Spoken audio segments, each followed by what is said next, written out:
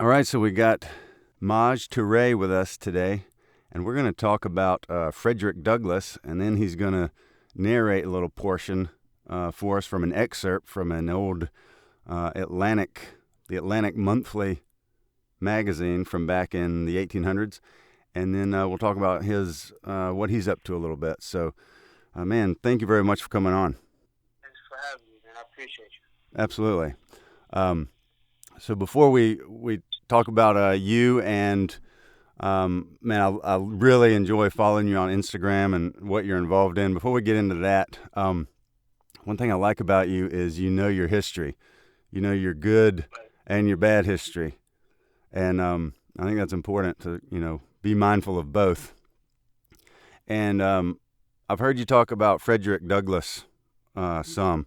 What do you know about him? What could you if someone has heard the name but doesn't know the man, what could you tell them about him? I say that Frederick Douglass may be one of the most uh, singularly important men of American history. I think that if Frederick Douglass does not get involved in fight for liberty and become a very impactful voice, I think the Civil War goes in an entirely different direction.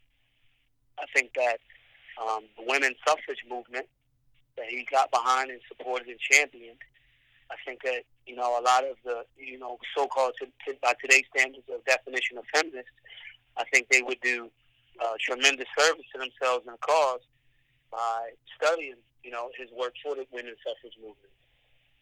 I think that Frederick Douglass was the most photographed person of the 19th century, and most people don't know of his story, his amazing, amazing story, and how history somewhat repeats itself. You have people not wanting to go and sit down and talk to a president, whoever the president is in the seat. And you had someone like Frederick Douglass that went and sat down and had meetings with President Lincoln at the White House, Wow. and was able to change the course of American and potentially world history from his mind. And I think that you want to talk about a consistent and focused and dialed-in individual. You can't really pick a more impactful person in that regard than Frederick Douglass. Wow. That's really cool. Okay, so there's a lot of people that listen that are not even from the United States, so maybe have not heard of him at all. Can you give us a brief rundown of some of his accomplishments? Like, that's amazing what you just said. What are some specifics? So one, he was born into captivity. At the age of 6, he was taking care of other, children on white children. So basically, he was a captive, taking care of other, the children of the captors. Um, he escaped from that. He moved to, he was in Maryland.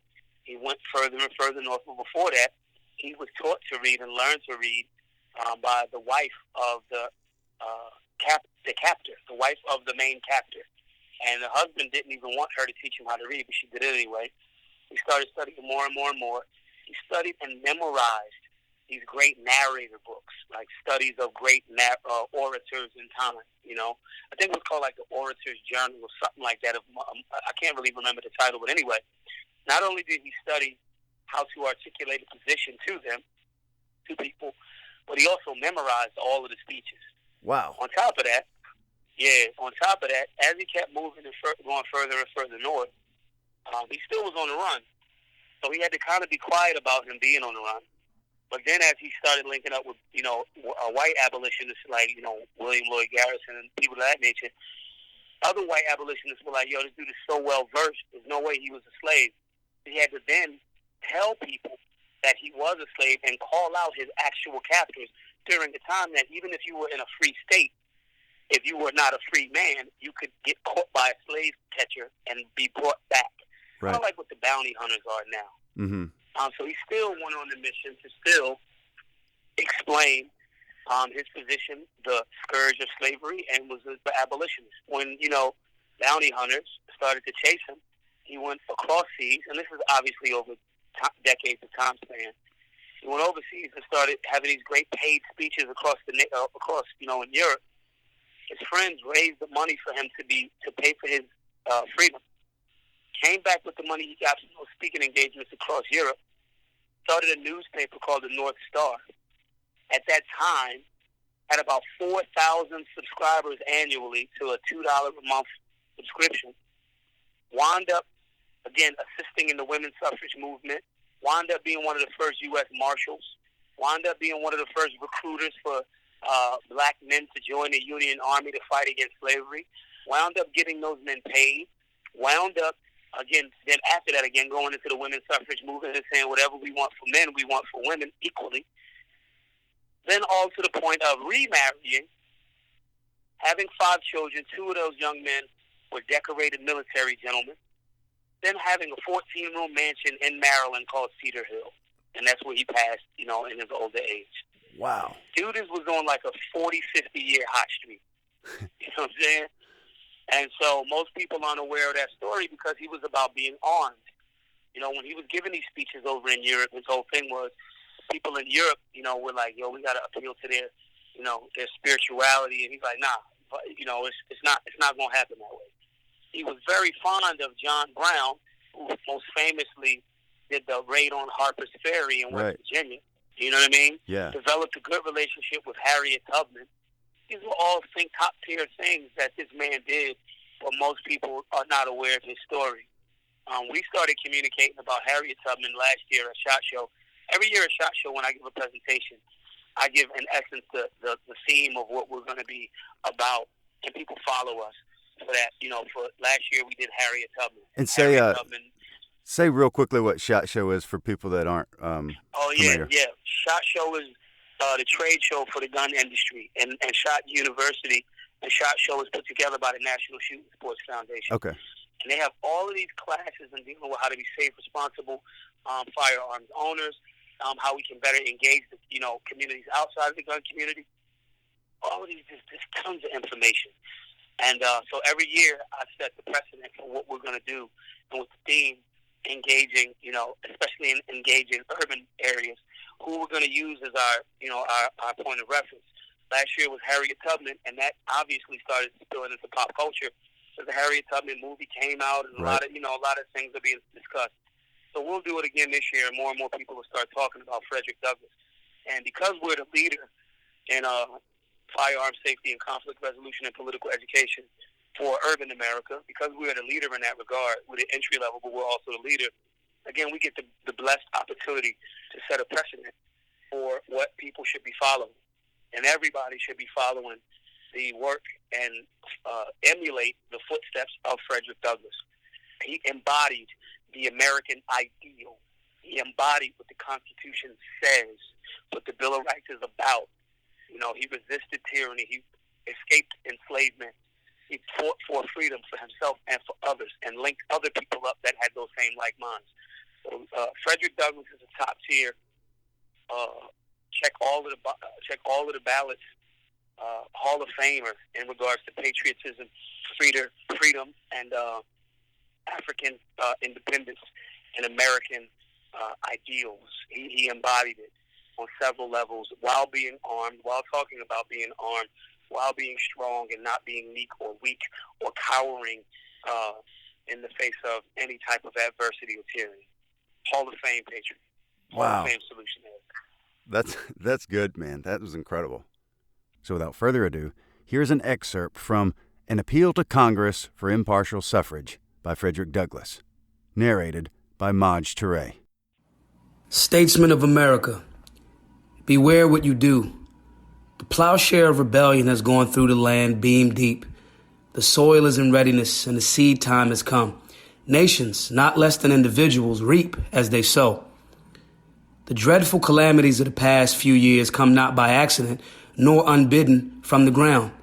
You shudder today at the harvest of blood sown in the springtime of the Republic by your patriot fathers. The principle of slavery, which they tolerated under the erroneous impression that it would soon die out, became at last the dominant principle and power of the South. It early mastered the Constitution, became superior to the Union, and enthroned itself above the law. Freedom of speech and of the press it slowly but successfully banished from the South, dictated its own code of honor and manners to the nation, brandished the bludgeon and Bowie knife over congressional debate, sapped the foundations of loyalty, dried up the signs of patriotism, blotted out the testimonies of the fathers against oppression, padlocked the pulpit, expelled liberty from its literature, invented nonsensical theories about master races and slave races of men, and in due season produced a rebellion fierce, foul, and bloody. This evil principle again seeks admission into our body politic. It comes now in shape of a denial of political rights to 4 million loyal colored people. The South does not now ask for slavery. It only asks for a large degraded caste which shall have no political rights. This ends the case. Statesmen, beware what you do. The destiny of unborn and unnumbered generations is in your hands. Will you repeat the mistake of your fathers who sinned ignorantly?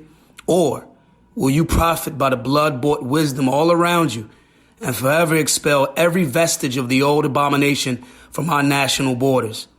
As you, members of the 39th Congress, decide, will the country be peaceful, united, and happy, or troubled, divided, and miserable? Wow, that was good. So get into what you're involved with. Yeah, so Black Guns Matter, we're a firearms safety and training organization that deals with conflict resolution, that deals with political education, basic entry-level firearms safety, knowledge, understanding.